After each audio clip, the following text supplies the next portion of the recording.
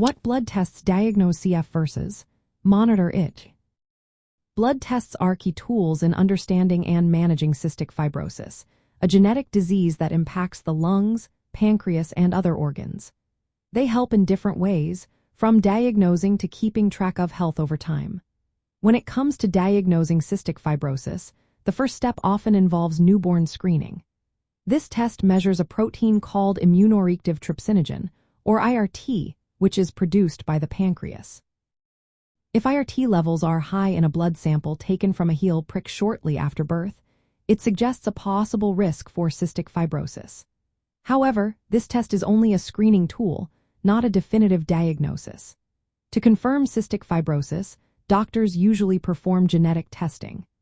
Blood samples are analyzed for mutations in the cystic fibrosis transmembrane conductance regulator gene, known as the CFTR gene. Finding to disease-causing mutations confirms the diagnosis, especially when combined with other tests like sweat chloride testing or clinical symptoms. Genetic testing is also useful for carrier screening and helping to personalize treatment options. For monitoring cystic fibrosis once diagnosed, blood tests are still important but are used differently. They are not the main tools for tracking disease progression but help assess overall health and detect complications.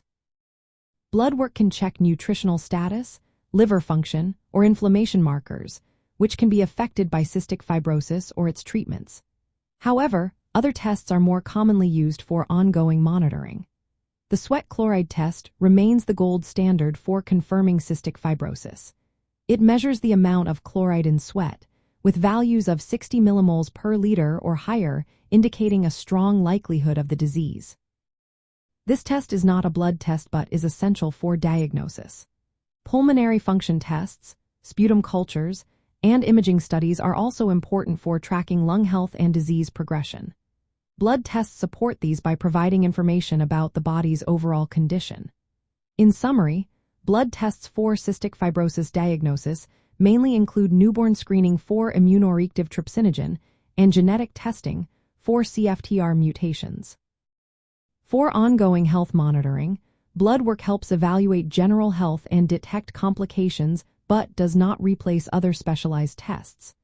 Always consult a healthcare team experienced in cystic fibrosis care to interpret these results accurately and guide treatment.